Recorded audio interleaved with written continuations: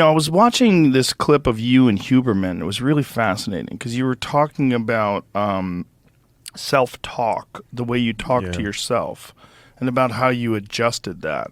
I thought that was very, very interesting.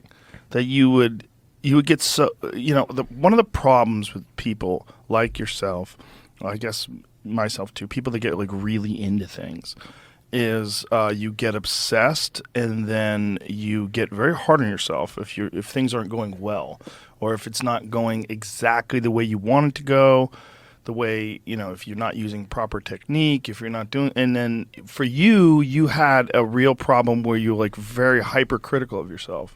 Yeah, and I mean, it was actually out loud. I mean, I would just verbally berate myself whenever I made mistakes, and I don't remember not experiencing this. Right, so this is something that Your whole life. Yeah, this is like 7-year-old Peter was doing this too. Wow. Yeah. Where'd you get that from?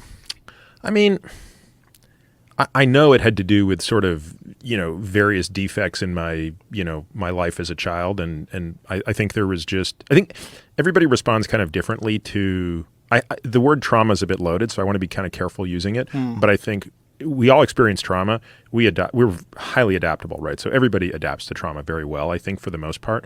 But there are maladaptations. And I think one of my issues, I think, growing up was just a total inferiority complex, right? This feeling like not good enough, looked down upon constantly, all that sort of stuff. Like a lot of this is very typical immigrant stuff, by the way, like when you're kind of the only non-white person in your middle-class neighborhood, you're different than everybody else.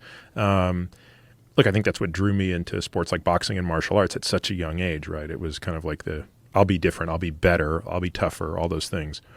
So somehow I just think that narrative got harsher and harsher as I got older and older.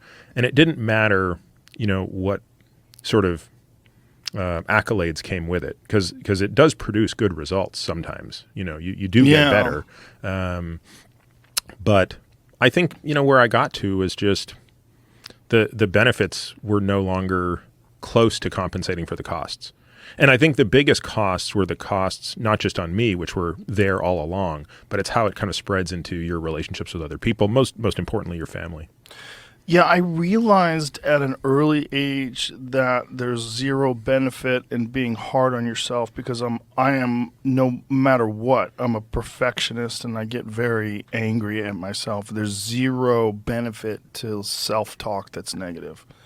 So I cut that out of my life like very early on. And how did you do that?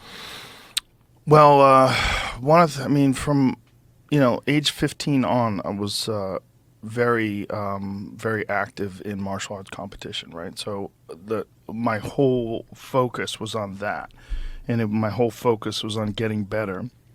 And anything that would somehow or another get in the way of me getting better, I cut it out. Whether it was partying, drinking, spending too much time with girls, whatever it was, I'm like, that's got to go, because that's getting in the way. And I found that negative self-talk gets in the way, because there's the reason why you have negative, or I had negative self-talk, was because I was insecure, and I was very ambitious, and I really wanted to be really good, and I wanted to be really good immediately. I didn't want to wait.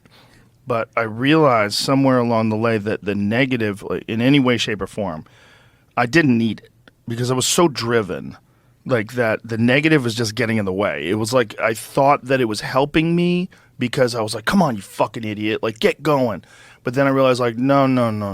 Like there's no benefit to that, because you already have like this crazy desire to get better. So just don't ever be shitty to yourself, and instead concentrate all your energy on what you're doing wrong and technique. Mm-hmm. And that's why my technique got so good so quickly, is because I didn't spend any time with I didn't spend any time after losses, loathing myself. All I wanted to do was get back to the gym.